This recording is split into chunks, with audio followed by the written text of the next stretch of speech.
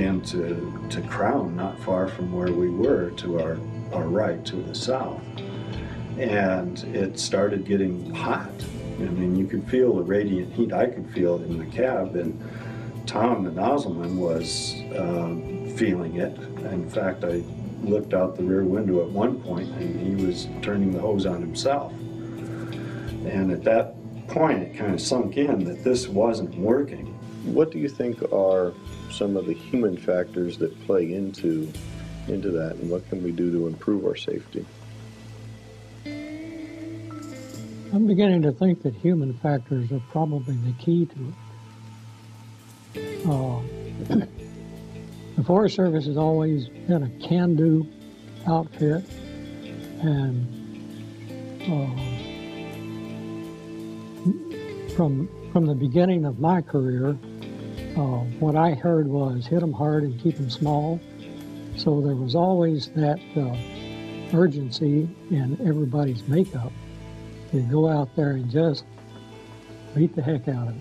You know, we're going to catch this fire. And that attitude really has to change. Somehow,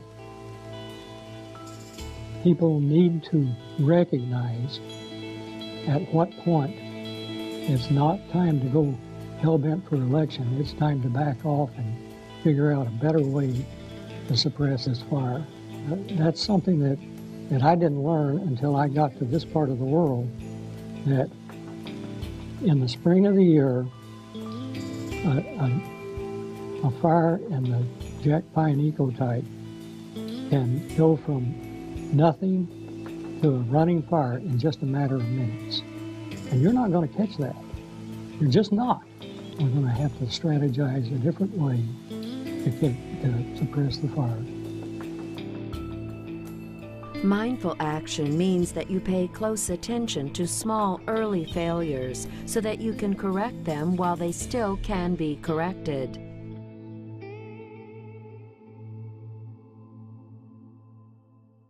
While we had some pretty savvy fire folks there, a lot of us, well, actually none of us had a lot of experience locally, so that we didn't have 30 to 40 years experience in the jack pine types of southern Michigan. So that was part of the problem there, is that none of us had any intuitive sense of whether it would be a bad day or not in terms of how the fire would burn through jack pine if it got out of the control lines. People who are very good at leadership, very good in fire, they make mistakes like everybody else does. And on a particular day, they may misjudge something. So it's important for all of us to be paying attention. Even very good people make mistakes. I mean, it's human, we're all human. Even the best qualified, best trained of us is still a human being. So that we all have to be able to raise an issue with somebody, even though they may be more qualified than we are. The Maclike Fire was a result of mistakes made. And it wasn't the result of any single mistake. It was the result of a series of mistakes, a series of things that went wrong, any one of which would not have probably caused the outcome that it did, but altogether, they all lined up that day to create the problem. We had a series of things happen. We started later in the day because of what happened the day before. We started later than we wanted to. We had spot fires outside of the control lines. Well, we never had too many spot fires that we were overwhelmed, nor did we have until the last one a spot fire that was too big to handle. We were able to handle everything up until that point.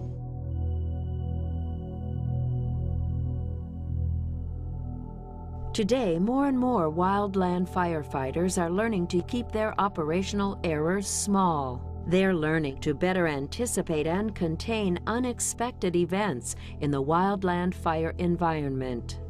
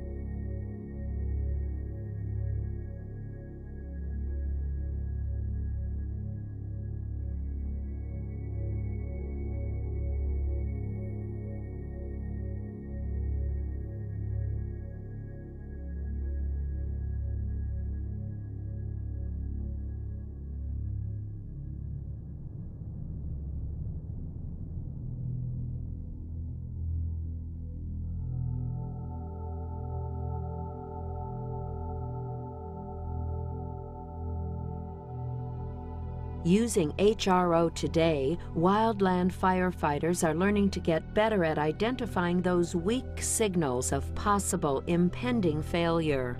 They're learning to identify and respond appropriately to these weak signals of things going sideways, while these failures are still small.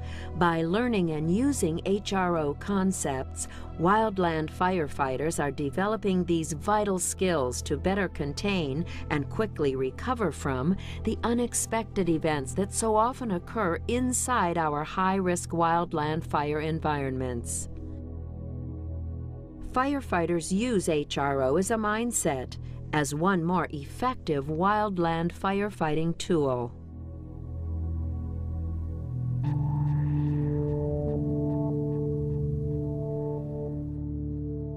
It is Monday morning, May 5th, 1980. Your sky is clear. You are in northeast Michigan on the Mayo Ranger District, Huron-Manistee National Forest. Your original plan for today is to ignite a 28-acre prescribed burn in Jack Pine Logging Slash at 9 o'clock this morning and finish by noon. The burn unit is surrounded by tractor plow line. But yesterday afternoon, you and your district's resources were called to a wildfire. You, therefore, aren't able to make the final prescribed burn preparations until this morning. So now you're running late.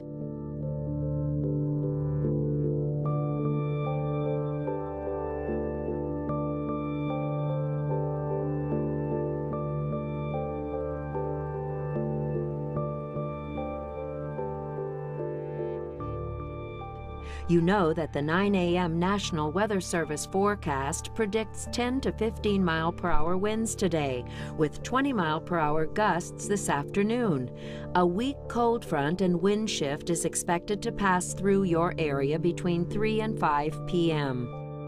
Going ahead with the burn despite the threat of a front coming in also seemed prudent, because if we could get it done before that front moved in, despite the fact that there may be some increased winds, we also expected increased humidities. And the fact that some of the aspens were leafing out. It was getting to be green up. We thought the window was actually closing, and we were concerned that we wouldn't get enough fire intensity to accomplish our objectives. We knew that there was a front coming, but we felt like we could pull the burn off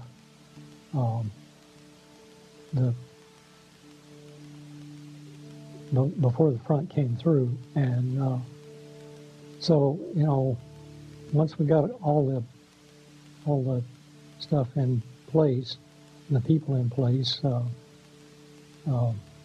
we lit a little piece right along the line there to see how it reacted, and felt that we wouldn't have any more problems with it. And so we went ahead and started firing.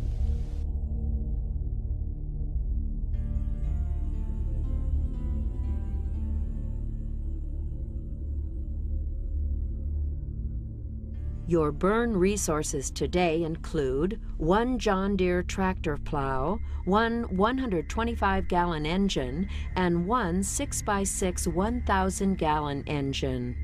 There are a total of 11 people on your burn crew.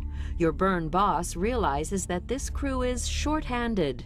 You have 3 people away attending law enforcement school today, but your burn boss doesn't think this should be a problem.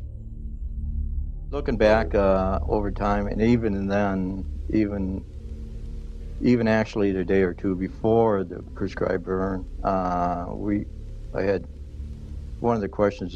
Jim Swiderski was over my house. I can't remember, it was the night before, 2 nights before, and just come over and have company and stuff, because I was single at that time, so was he. So we did get together once in a while. And he was over, and we talked a little bit about a lot of stuff. He's a biologist, tech, so in general. And then we started talking. I said, well, we got the burn coming up. He says, but we got several firefighters going to be in training, law enforcement training, I believe it was, in Cadillac.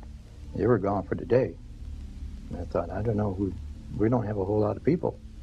He says, I hope everything goes well because we're going to be able to respond real quick if something happens, kind of attitude, you know.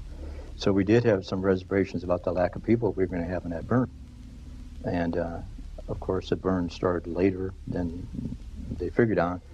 And we also had known that there was going to be wind coming up later in the day. And I think with that delay, it even got a little bit more concerned that we get that fire in time, started in time so we can control it. The district's normal tractor plow operator is one of these people away at law enforcement school. So your district wildlife biologist, Jim Swiderski, who has experience operating this John Deere tractor plow, will be its operator on the burn.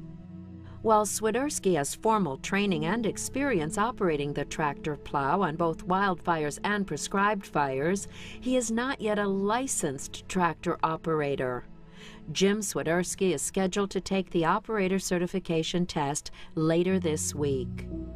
We felt that with the 1,000-gallon engine that we had, that would make up for some of the manpower that we lost. That engine was being operated by a couple of guys that didn't have a lot of experience. They had some prescribed burn experience. They had a little fire experience. They were fairly new to the Forest Service. So a crew that had very little experience, especially in that particular timber type, that was not a good decision to have them as being the primary operator. The tractor plow operator was inexperienced. He had a little experience, but not much.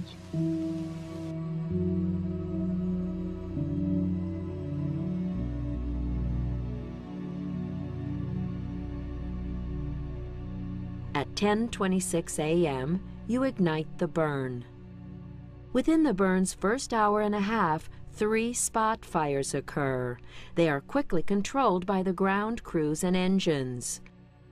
A 4th spot fire ignites inside the 300-foot wide leaf strip of standing mature jack pine timber located between the burn unit and Highway M33. This spot proves more problematic. Using the tractor plow, the 1,000-gallon engine, and ground crews, it is successfully controlled. The initial spotting on the Maclike prescribed fire is simply viewed as par for the course, fire activity that can be addressed.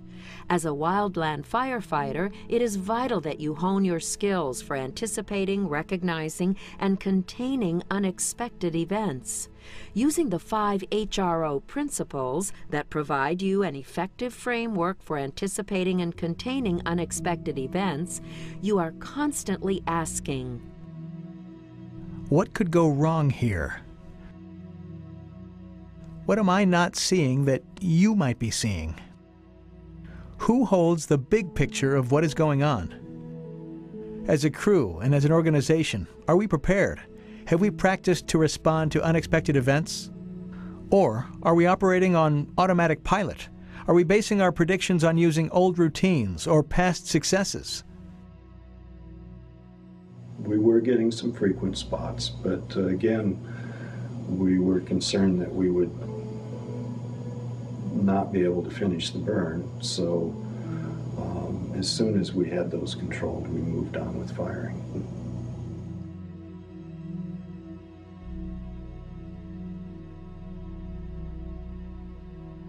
Under the pressures that we were under to get things done, not overt pressure, and at any time, I think if you'd ask any of us saying, if you thought this was unsafe, could you shut it down or say that you thought it was unsafe, and would that pressure have forced you to continue? And the answer is no. Nobody was holding the Kirtland's warbler extinction over our heads on any particular incident. But overall, the pressure was there. We all want to do the best that we can. And that's where the pressure came from. It was internal as much as anything.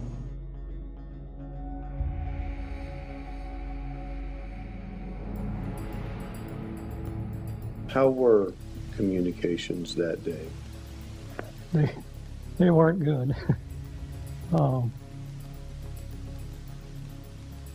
Radio communications, that was kind of a tough area, because my feeling is that it was, while it was fairly close to town, it was one of those areas where radio reception was not real good.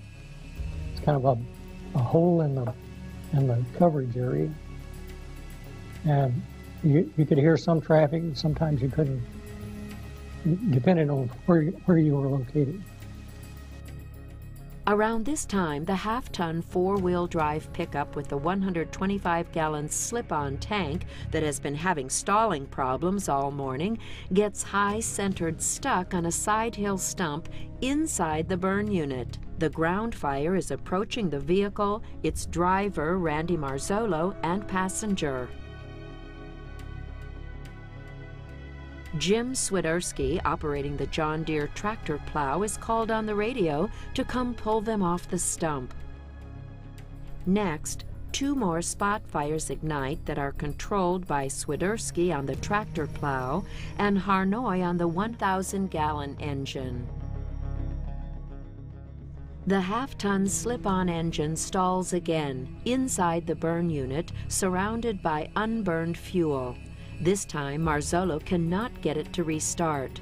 Once again, the spreading ground fire is approaching. And once again, Swiderski on the tractor plow is diverted from attacking spot fires to pull the stalled vehicle out to a nearby road. We had a situation with the 125-gallon slip-on that it stalled and wouldn't restart. And in my mind, that's a result of the fact that we overloaded that truck. We ordered a 1-ton pickup. We got a half-ton, and we put helper springs on it. But the helper springs didn't help with the transfer case, didn't help with the strain on the engine, didn't help with the strain on the bearings and everything else. We had a number of problems with that vehicle that year and subsequently, because we routinely overloaded it. And part of that was because when we ordered something that we needed, we were second-guessed on up the line, and we were saving money by ordering a half-ton and making it work rather than getting a 1-ton truck for that piece of equipment. And as it happened, normally we can work around that. But that particular day, it turned out to be critical that dozer was not on the line when we had to spot into that standing timber. It may have been a totally different outcome if the tractor had been where it was on the line at the time that that spot occurred. It may never have torched out those trees. But luck would have it, and our luck was bad that day. We had to pull the tractor off the line and drag the truck out of the way, as it turns out, at a critical point. I knew that we were having some spot fires, but I didn't feel that we were going to really lose it at that point. After the pickup, that stall pickup, my feeling was that we might lose this thing.